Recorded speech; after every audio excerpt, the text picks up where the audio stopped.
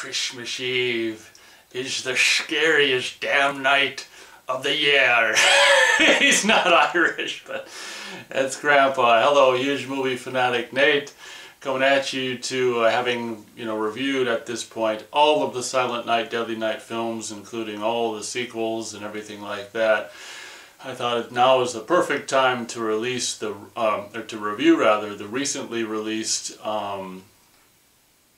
Blu-ray by Scream/Shout Factory of the motion picture Silent Night, Deadly Night, arg. That makes no sense, but that's me. So here it is. This is the Scream/Shout Factory Blu-ray that just came out. I want to say December 5th or something like that, not long ago. And I got it on release day, pre-ordered from Amazon.com. So I got it on the day it came out, which was kind of cool.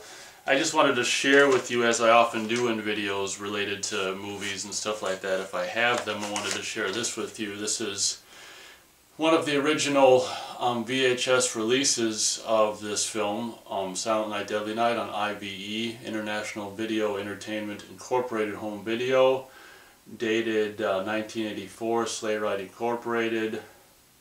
But the package design is dated 1986, the art department.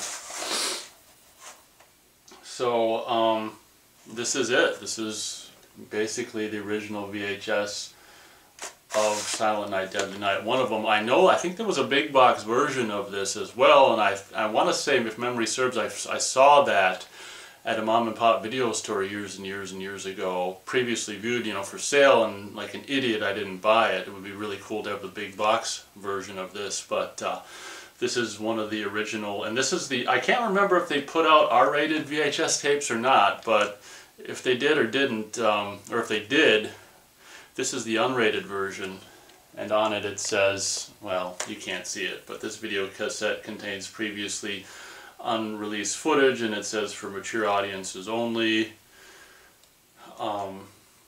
It's funny how, like, on the bottom they say video cassette there, like what else is it going to be? But this is really cool. I think I got this brand new at Suncoast probably in 1990 or 91 or something like that. So this is actually something I got new, if I'm not mistaken. I think the cover on this thing is absolutely fantastic. Obviously the original poster art, which is just one of the best, perfect poster art for this movie. So I wanted to share that with you. Oh, I don't think I really showed you this, which is the back. As a kid and a teenager, when I was at video stores and looking at covers and then flipping them over to only see either a smaller version of the image from the front or a part of the image from the front cover, was always frustrating to me. But here's the back of it. A spine and another spine, but that's like one of the original VHS's from 1986. And then I've already shared this with you in my review of Silent Night, Deadly Night Part 2. This is, as far as I know, the first time Silent Night, Deadly Night ever appeared on DVD or disc of any kind. Well, maybe it was on Laserdisc, but first time I think it appeared on DVD and by Anchor Bay in 2003. And what was really cool about this is it was a double feature, so it had Silent Night, Deadly Night Part 2 as well. And unfortunately, obviously this is the very first, they got a new transfer of the theatrical material for, this is the very first time I think we had a new transfer of the first film. And this is the very first time we would experience what we would continue to experience in disc, DVD/Blu-ray releases of the movie, which is the majority of the movie, the R-rated material, if you will, really looks good, and then they cut to the degraded, presumably VHS footage of just crap for the unrated footage that was cut out for the theatrical distribution of the movie. It's really a bummer that film studios or whoever back in the day didn't have the foresight to like keep the footage, I mean, but I guess they're not really looking forward, looking to the future, and they're probably not thinking that this movie is gonna live on past, the few months of release or whatever. So it's a bummer that, when they cut, so this happens obviously with several with a, you know, a whole plethora of slasher movies, where, you know, you cut out unrated stuff and the footage, the actual film elements are gone forever. But on to the review of Silent Night, Deadly Night. I did a video, I can't remember if it was, you know, late summer this year when Scream Factory announced that they were going to do this Blu-ray, and at the time it was kind of sketchy. It was like, I think they were kind of presenting, you know, presenting it as if they were going to somehow magically find a complete, like they did with the Blu-ray of, luckily, of the Mutilator, Arrow Video did. They, Scream Factory had this notion that they were going to somehow magically find a complete camera negative of the unrated, you know, complete unrated version or something like that. So I think when the, at the time when I made that video announcing that Scream Factory was going to release this movie on Blu-ray, I think the basic consensus at the time was that, you know, they were going to basically, their goal was to find a completely intact negative of the unrated version and do just the all-time, first-time amazing, just, you know, 4K scan of the whole unrated version in pristine quality. Alas, that did not end up happening. They, you know, they say they tried and tried and tried to find film elements of the unrated footage, but alas, that's not the case. And that's kind of a bummer. I remember when I did the video announcing this release, whenever it was, you know, as I said, we were kind of all excited, me being all my personalities, I guess. I don't know why I said we were, but I was, and probably other fans were particularly excited because we didn't know what to expect. You know, was it going to be for the first time the unrated footage in a pristine version? And at the time I was like, well, if the footage was available, I'm sure Anchor Bay would have got it for their Blu-ray release. But anyway, on to the review of the, this Blu-ray, since I've already reviewed, well, me and Matt reviewed the movie, and just last year I re-uploaded our review of the film Silent Night, Deadly Night, so feel free to check out that video. Just type Silent Night, Deadly Night review, you know, Huge Movie Fanatics in the search bar or whatever, and it should come up. But this is my review of the Blu-ray.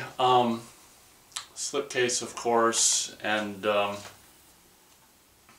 with the newly commissioned artwork, which I think is absolutely fantastic, with Billy standing in front of a Christmas tree and snow falling and Christmas lights and bodies underneath the tree and stuff. So, on to the review of the Blu-ray. So, basically, I've never seen the R-rated version of this movie, which is kind of interesting, you know. So this release contains two Blu-rays. Disc 1 is theatrical version with a new HD transfer from the original camera negative. Now, when you put in the unrated version, it says that, I think it says that it's a 4K transfer. I don't know why they didn't put 4K on the back of the box here.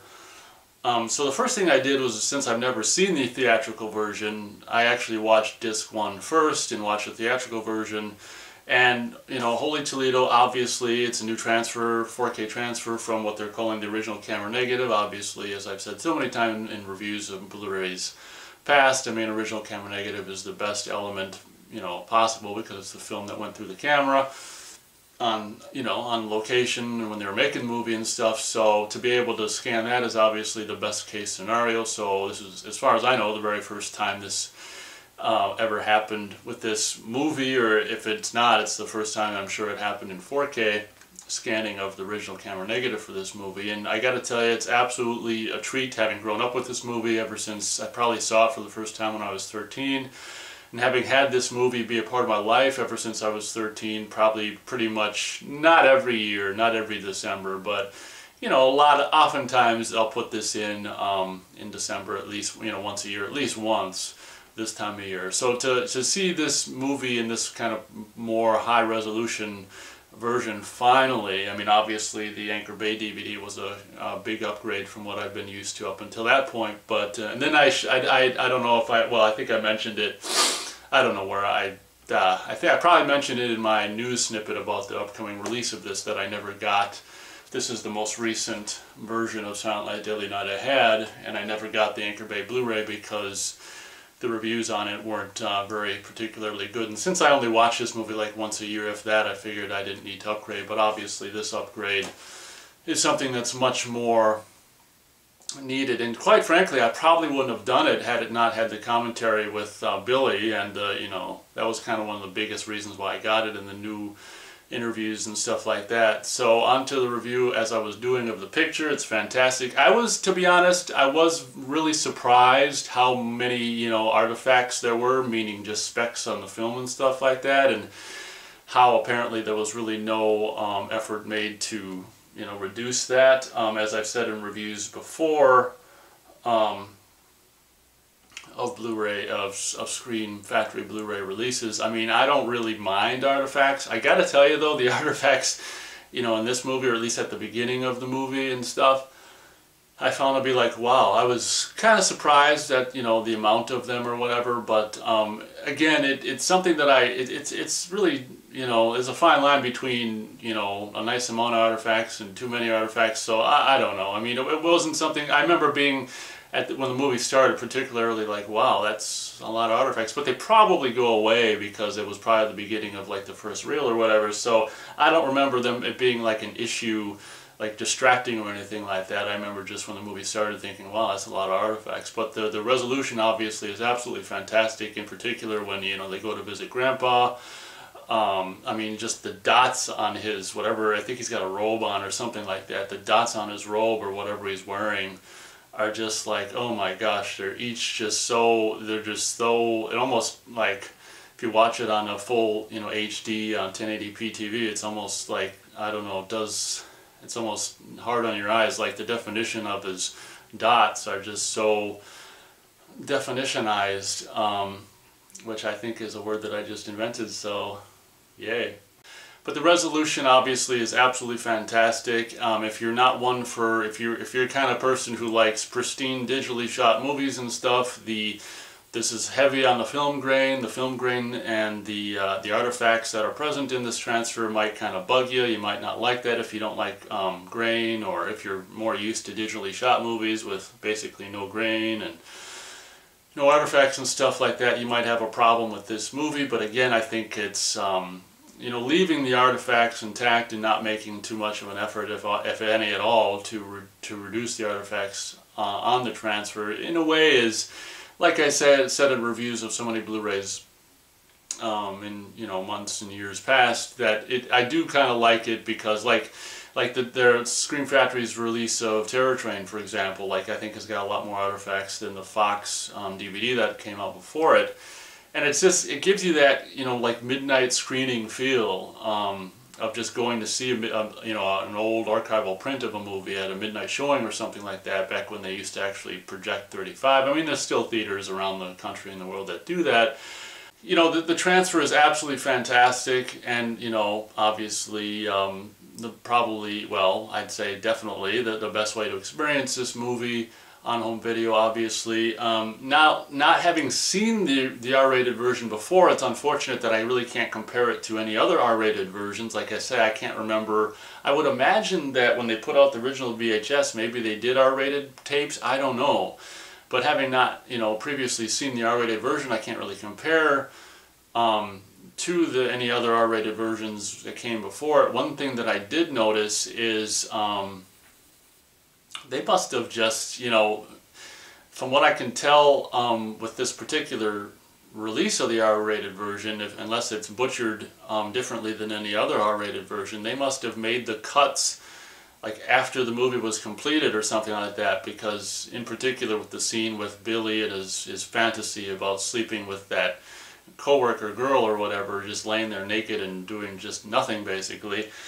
You know, when the knife comes down and it's like, in the unrated version, like this, they cut that out where the knife's going down, and it's just like, you know, it just doesn't work at all in my opinion. And I think you can hear like the music jumps and stuff, so it's not like, in my opinion, what's presented as the R-rated version on this disc isn't like something that was done, you know, where the music would just flow over the cut or whatever. It's just like literally they just cut the negative or whatever, and the music and whatever just jumps or whatever. So, you know, the R-rated version of this movie on this release is definitely something that you can tell was just like, you know, the unrated stuff was cut out of it. It wasn't like it was, the music and stuff was edited into it to make it, flow better or whatever. It's kind of a hack job. So like I say, having not seen any other theatrical / R-rated versions of this movie, I can't say whether or not that's how the R-rated version has always been or not.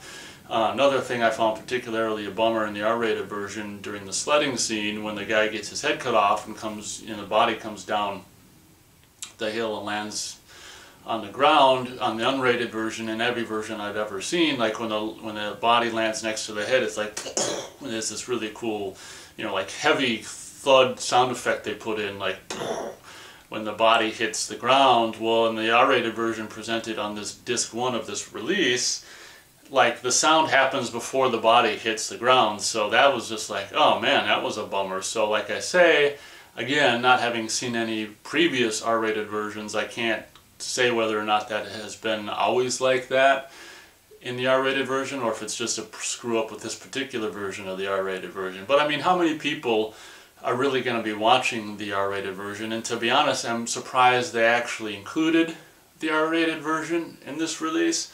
I'm glad they did, because it's a way to see the whole movie in kind of the pristine version, or the pristine quality without the standard definition, presumably VHS inserts or whatever. So I'm glad they did include an R-rated version. And incidentally, seeing him putting her on the antlers scene in the R-rated version, it does kind of work. Almost, I'm not going to say better, but creatively it almost works to not see all the gore stuff of the antlers pushing through and stuff, because then we see the reveal of her on the antlers, like when the boyfriend comes up from the basement and creeps into the living room and stuff. We get to see the reveal of her hanging on the antlers that way versus, the shot of Billy walking away with her on the antlers. So, the antlers kill kind of works in the R-rated version, even with all the the money shots, if you will, cut out. I did find it surprisingly worked in a kind of a different way of withholding the information of exactly what's going on until the reveal later on, where she's impaled hanging from the antlers. I thought worked fantastically. So that's what I have to say about the R-rated version. Obviously, the unrated version, I would imagine, is just the same, transfer the same footage, everything like that, with just, I would imagine that Scream Factory just inserted the standard definition, VHS inserts into the movie. The strange thing is I don't understand, if the theatrical version, if the negative is actually cut like as it's presented on disc 1, the theatrical version, like where is the extra music and stuff and sound come from that is featured during the unrated shots, is kind of my question, because you don't notice any noticeable difference in the sound quality when it goes to those shots. The sound just travels, continues on naturally, and doesn't seem like the sound quality degrades. So that's kind of one of my questions about this whole debacle of this movie and its history with the unrated version and stuff. It's like the sound seemed to have survived in pristine, of the unrated footage seemed to have survived in pristine fashion, so it's kind of a bummer that how did that happen without the image surviving in pristine fashion? I'm talking about the actual unrated shots. So it's kind of weird, definitely weird. And one thing, obviously, as the years go on and more high resolution versions of this movie become released, as has just happened this December with this release, obviously the better the rest of the movie looks, the worse that the unrated inserts are going to look when you cut to those, because those are the same old quality it's been ever since basically 1986 or whatever, when the VHS came out. So, although Scream Factory said they did their best to match, the footage to the rest of the movie, well, you can't really match that footage to this new 4K scan of the negative. It's really not going to happen. So, that's one of the problems with this release, is obviously the best resolution version of the rest of the movie. So then when you cut to the unrated inserts, the picture looks even worse than it used to, because the way you're cutting from something that looks so good. So there were a couple of scenes there in the toy store when he's, when Billy's about to snap. It's just like, oh my gosh, it's just, it's me attempting to whistle, but I gotta say, you know, the worst parts of the movie is probably the toy store in particular. When, you know, when it's dark scenes and stuff, and we're cutting to the unrated inserts, it's not as a big a deal. But that toy store scene, right when before he's about to snap, and it's all brightly lit, and it cuts to the standard definition footage, it's just like, oh man. So that you know, it's kind of hard to.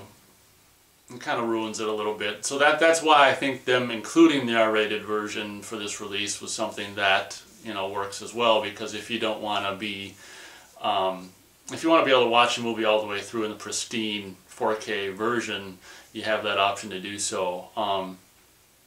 So concluding with the, you know, review of the audio or video, I didn't really talk about audio. I mean, what's there to say in this movie? I mean, it's, you know, it's 1984 audio. I do want to say that I always assumed this movie was just mixed in mono, but I want to say that they're saying, or something like that, that this is stereo, this version is stereo, and I can't really confirm or deny that, or confirm or not confirm that. It seemed that like at some points the soundtrack could have potentially been in stereo, other points maybe not, so I don't know. I can't really, I mean, you know, I can't really confirm or not confirm whether or not it's in stereo. I always just assumed it was just a movie that was mixed in mono, being such a low budget movie. So, you know, I can't really comment on if it's stereo or not. I don't think it's 5.1. You know, it's just the DTS Master Audio 2-channel or whatever. Whether it's mono or stereo, I don't know. But and as always, I'll show you the back of the box here again. To show you the special features, I think in this case they put them all in the back. So obviously you've got a new HD transfer from original camera negative. I don't know why they don't say 4K. With standard definition inserts, I'm, you know, obviously talking about the Disc 2 unrated version here. The new Sleigh Bells Ring, Story of Silent Night, Deadly Night is a retrospective documentary, and I want to say it's somewhere like 40 minutes long, and it's got interviews with, well, you can read who they are, but you know, the most interesting of which, for me, is the Robert, I want to say his name was, what is it? Robert Brian Wilson, who played Billy. I'd never seen him, you know, basically, it's just, I never seen him again, at least from what I know of, since he'd been in this movie, so it was interesting to see, you know, I was very excited to see what he'd have to say about this movie. And to be honest, you know, I actually did the commentary, you know, the new commentary that features Robert Brian Wilson, and of course I watched the whole making of retrospective documentary, and to be honest, I mean, his, you know, accounts of the shoot and stuff were fine. I didn't particularly find, I found him to be, I don't know, it seemed like he was kind of nervous, whether if he was in the commentary or in reviews or whatever. I guess I found his demeanor to be a little bit unsettling or whatever, but after all, it is Billy. But you know, it was interesting to see. I guess basically, you know, hearing his thoughts and seeing him in interviews and stuff wasn't as amazing as I don't know, I guess thought or hoped it might be or whatever. I don't know what I was expecting, but I mean, it was interesting to. I mean, that's kind of the main reason I bought this release. Is just the commentary with him and to hear what he had to say. Unfortunately, I don't know. It just didn't seem like a very passionate guy, and it was just kind of like, yep, those are my you know, those are my memories, and I don't know, something about it just, or something about him just, I don't know, didn't do a whole hell of a lot for me. And, you know, the commentary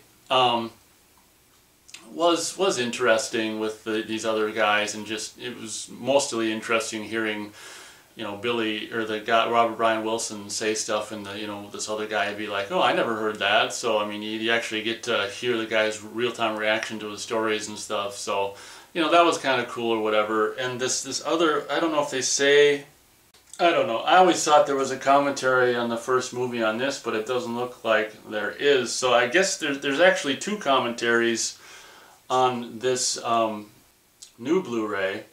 I only did the one with Robert Brian Wilson. I always assumed the other audio commentary was an old one, but I think maybe it is a new one.